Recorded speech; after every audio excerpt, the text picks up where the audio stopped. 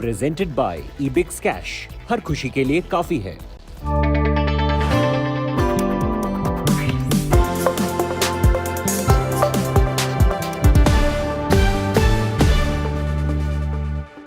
Hello and welcome to the Business Today show. I'm your host Udayan Mukherjee. We have a very interesting guest on the show today. You may have heard of the financial tech company Cred. Even if you have not, or you're not a credit card user, you could not have missed those really entertaining ad campaigns. You know, some of them like Rahul Dravid singing is bad. Then there is the completely over the top one with Govinda, or even the hilarious one with Daler Mehendi. I'm sure you must have caught that. But today we are going to demystify this product for you, Cred. And we are going to talk to the founder of that company, Kunal Shah, who you may remember was the founder of the very popular startup FreeCharge, which is sold for $400 million a few years ago. But now he's back with Cred, and all accounts, it's turning out to be quite a unicorn. Kunal, it's a pleasure to have you on the show today. First, let me compliment you on that terrific ad campaign. Did any of those ideas come from you? Thank you so much for having me, first of all.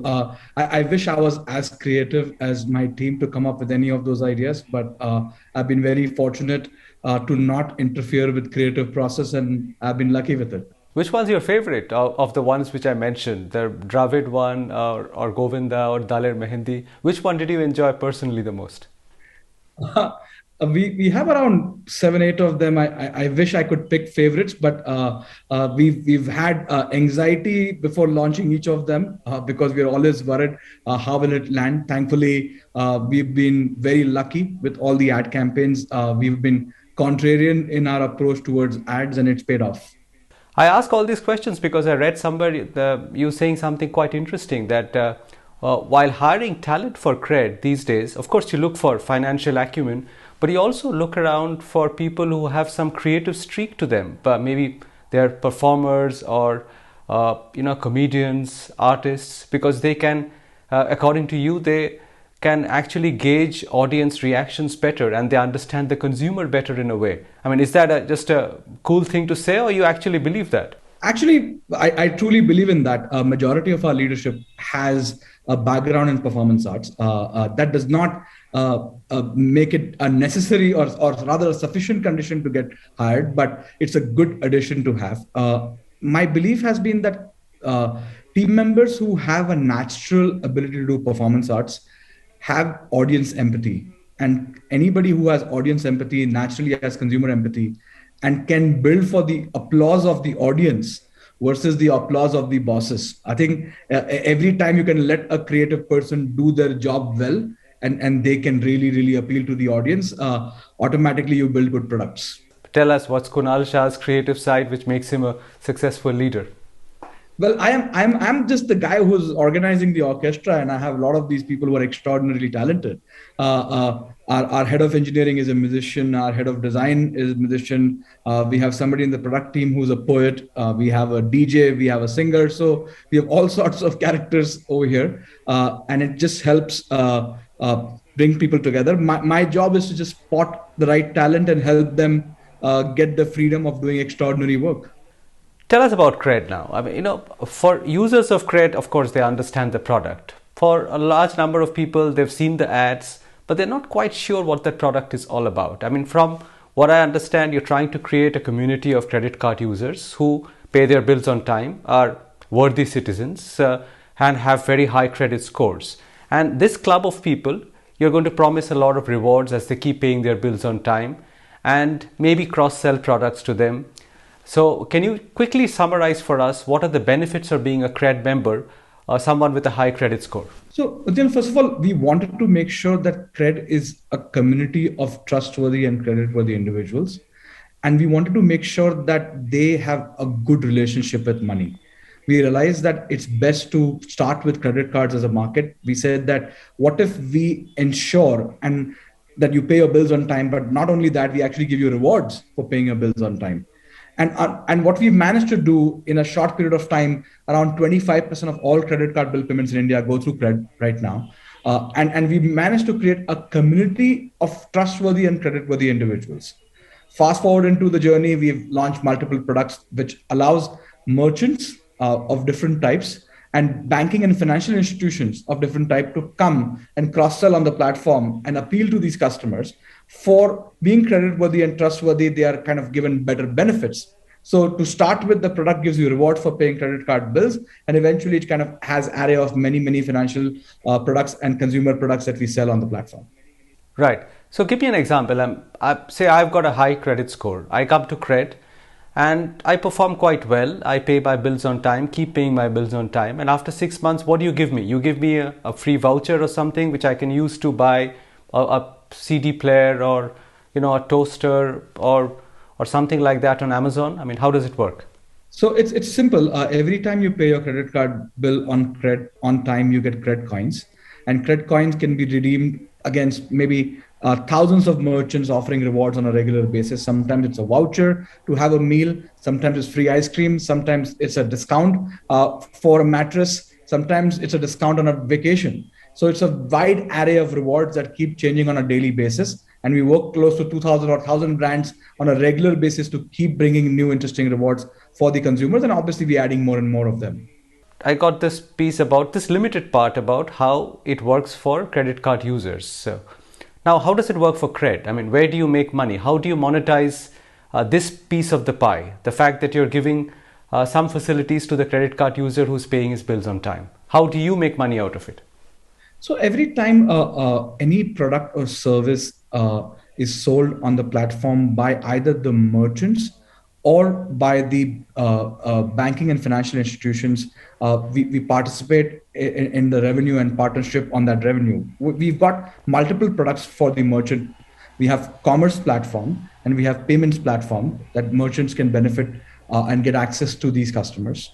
On the banking and financial side, what we've got is a bunch of products from, we've launched a credit line that works with multiple banking partners. We've launched through a P2P NBFC partner, Liquid Loans. We have Mint, which is a deposit product where we make a revenue share on that. And the goal is to add more and more products on the banking and financial side and create a wide array of options for consumers to interact with.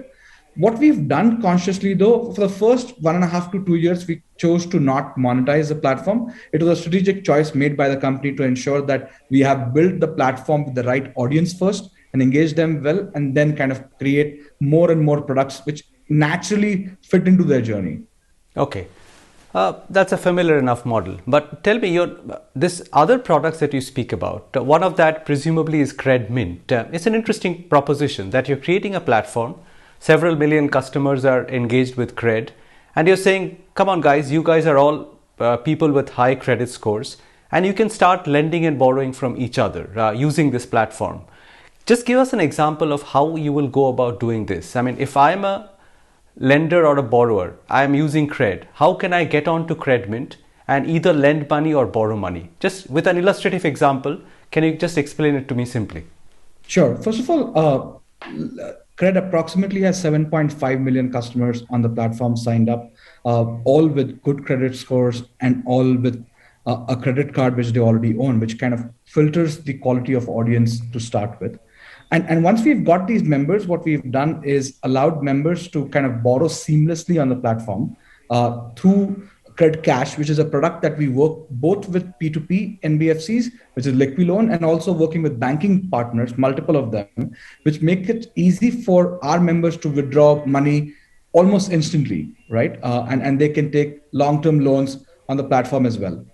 The P2P NBFC product that we've partnered with Liquid Loans is giving our members up to 9% interest on depositing or investing with us. And what we are doing is very simply the idea of making members invest in each other. So this is a P2P NBFC product where you can invest and get up to 9%. And what we ensure is we kind of take care of the risk along with the partner to kind of give it to only our members. So what happens is that it's a community which is kind of taking care of borrowing and lending on the same platform. Okay, fair enough. So I want to give you money, I want to lend you money or invest in your Cred platform, as you said, I get 9% return. What if I want to borrow? If I'm a Cred user and I want to borrow from Cred, what kind of interest rates would I be borrowing at? So first of all, Credit Cash is our credit line product, which operates at a wide range of interest rates from 12 to 16%, depending on the customer. And on the Credit Mint side, we promise up to 9% through our partnership. It's our P2P partner, which promises up to 9%. And basically, this is a matching that happens on the platform. So typically, on an average, because you said 12 to 15%, what kind of spread between the lending and the borrowing would Cred seek to make? I think the way we think about this is that we let our banking partners decide what the spreads on each of the members are. We are just enabling as a platform.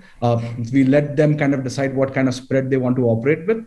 But I would say it's a fairly healthy spread because of the quality of book is very, very strong. We have under 1% NBA on the platform. So we see both NBFCs and financial institutions kind of be fairly more aggressive on the spread that they're expecting because of the NPS being very, very low. So my question is, A, why would a Cred user need to use your platform to do that? If you're facilitating an interface between a bank and a consumer, why can't the bank and the consumer not do it directly, or the bank and the NBFC not do it directly? If I'm a person P, why can't I do it directly with Kotak Mahindra Bank or directly with Bajaj Finance? Why would Cred be allowed to make some part of the spread in between? I think then as we are getting evolved as an ecosystem, consumers have the choice to pick all the options that they want from the ecosystem. And what fintechs are doing is essentially creating superior interfaces through which consumers prefer to interact, right? One can say that, hey, you can transfer money to each other using the bank app. Why do all these UPI apps exist? They should not exist to start with. So the question is that as we evolve into the ecosystem, more and more members will prefer to work with fintech interfaces, which give them the convenience and ease of use, which may or may not be possible with the current options that are there. So the question is, if consumers spend more of their time and like a particular platform, eventually the quality of experience will determine where will they also engage. Can you give me some numbers on, now that you've started monetizing it, what is the extent of monetization which is possible? I mean, 1 year out, what kind of revenues and profits could Cred be looking at? I mean, you've raised quite a significant amount of funding already. On the basis of what kind of revenue projection? Then startups are built with distribution first mindset. We are a 2.5-year-old company. And I think at the right time, we'll talk about revenue projections. We are very, very early in our journey, and we would prefer to kind of focus on the user experience than just kind of obsessively focus on revenue and profitability at this point of time. We have very supportive investors who are playing along with us and saying that, hey, if we can get the right kind of experience for the right kind of customers, monetizing this cohort is not difficult. Right. But could you at least give me a time frame of by when you would change the focus? Because at some point that will have to kick in. I mean, that's the game finally. So you can build your customer base now, get them excited. But which year will it be when this money starts trickling in? Is it 2022, 23? Just a sense of the time frames at least. We're already making revenue. It's just that we are not talking about revenue at this point of time. But the company has started to monetize itself probably at least a year now. The other thing which is interesting is that, you are also you don't seem stressed about the number of millions of people who are on Cred. You have a very healthy user base, but it's not running into hundreds of millions. Is that by design that you want to stick to the quality end of the market and you would rather have 25 million quality consumers rather than 100 million very average quality users? I think, again, this is the most misunderstood fact about the Indian market. We keep talking about hundreds of millions of customers, but if you dig in, you will realize that maybe 25 million customers do 80% of all discretionary spends in this country. If you look at e-commerce platforms, my bet would be 5-6 million customers contribute to maybe 80% of all GMV. We've looked at food delivery companies which have gone public. You look at the number of customers who are engaged. It's not a large number. So the thing is that focusing on the top 25 million customers who own a credit card and creating a superior experience can build a very, very large company. We've seen that multiple times, even in banking and financial institutions. The question is that can you at least serve them well and do a good job with them?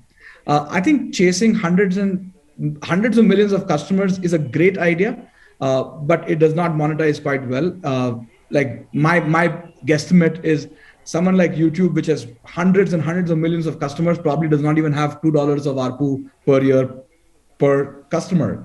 So the question is that why chase hundreds of millions of customers? It suits global companies, by the way, who are here to acquire DAUs and MAUs. We are the MAU factory of the world. I'd rather be focused on the ARPU part of the equation. Fair enough. But one reason why people chase millions of eyeballs is also to give their market value a little bit of a boost. That's also a different kind of game, which a lot of unicorns play.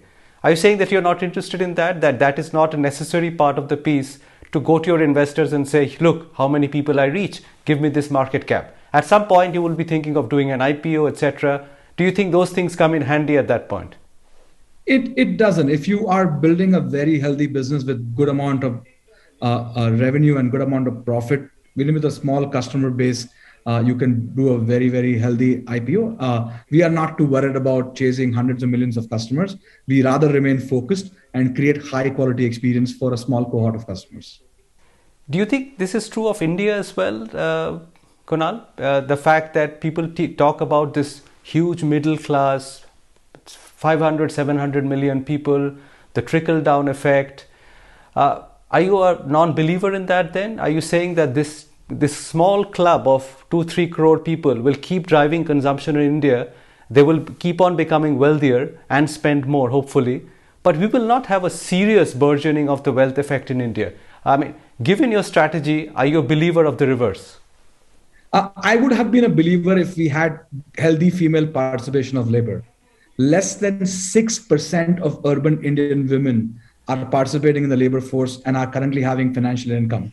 Trickle-down capitalism happens when there are 2 people working in a household and they employ 10 more people full-time or part-time to create trickle-down capitalism.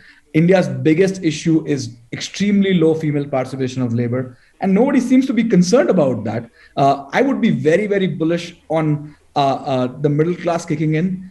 If a majority of educated women were involved in the workforce and have their financial income, which seems to not be the case. 92% of all credit cards are owned by men. 95% of all loans in India are taken by men. We cannot build an extremely prosperous society with just one gender working. Let me ask you, Amandeep, since you have been immersed in this ecosystem for many years now, how do you sense the current boom in the private market, the number of companies coming to the public markets? Do you sense any euphoria out there, or do you think this is inevitable and there's no anomaly as such in what we're experiencing today? I wish I was an expert to kind of make comments on that, but I know one thing that is likely to happen for sure. Eventually, every business is going to become a tech business. Look at us. We are talking on a video call, and eventually, slowness. Every single business, from education to media to retail, everything is becoming digital. And if one has to predict, will majority of market cap will be with tech companies? The answer is yes. We just don't know which version of tech companies will control the market cap. At this point of time, the market is just hoping that they are picking the right bets. I'm not an expert to understand how the public markets work, but I know one thing for a fact, that a bulk of our market cap in 10, 15 years will be with tech companies. So where's Cred headed from here? I mean, what's your plan with Cred? Because you built up your previous company, Freecharge, to a certain level, and then you exited at a great price, $400 million on hindsight. Is Cred going to be sold off at one point in time, or do you want to continue with the journey, maybe IPO out at some point and make it a bigger, more valuable entity? First of all, Freecharge was bought and not sold. We did not pursue any investors or any companies to buy the company. We were offered a sale, and we thought it was a good strategy at that point of time.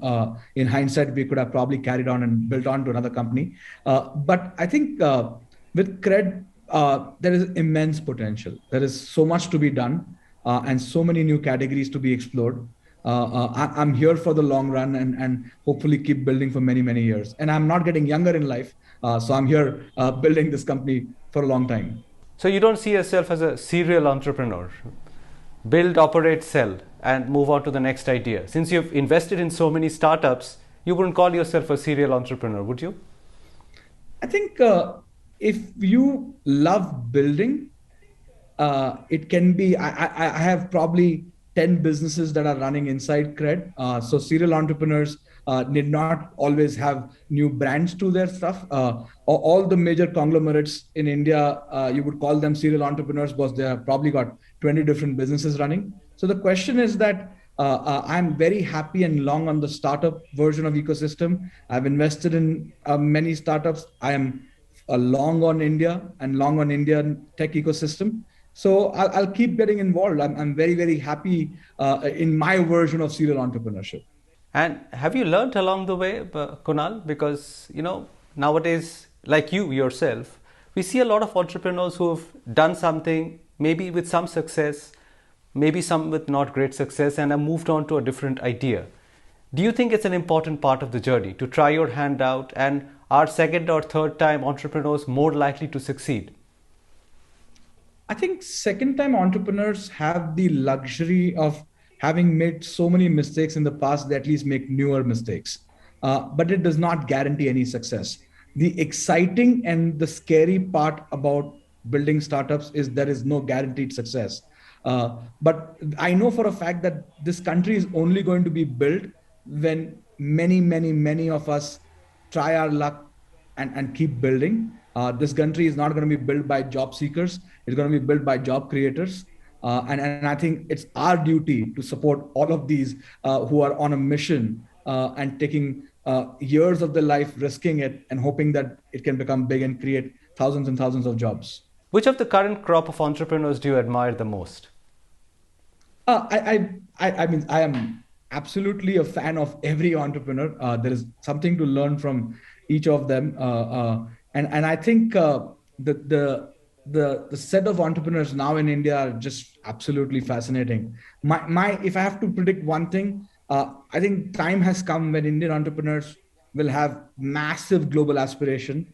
They will have global revenues, global businesses, and many of them have already started to happen. I think this is a time where Indian entrepreneurs will not just be known for building IT services for global giants, but actually building consumer products which are used across the world. On that optimistic note, I will thank you, Kunal Shah, for your time. All the best for your Cred business and for any other business that you're investing in. It's very nice talking to you, and may all your predictions about Indian entrepreneurship come true over the next few years. Thank you so much for having me.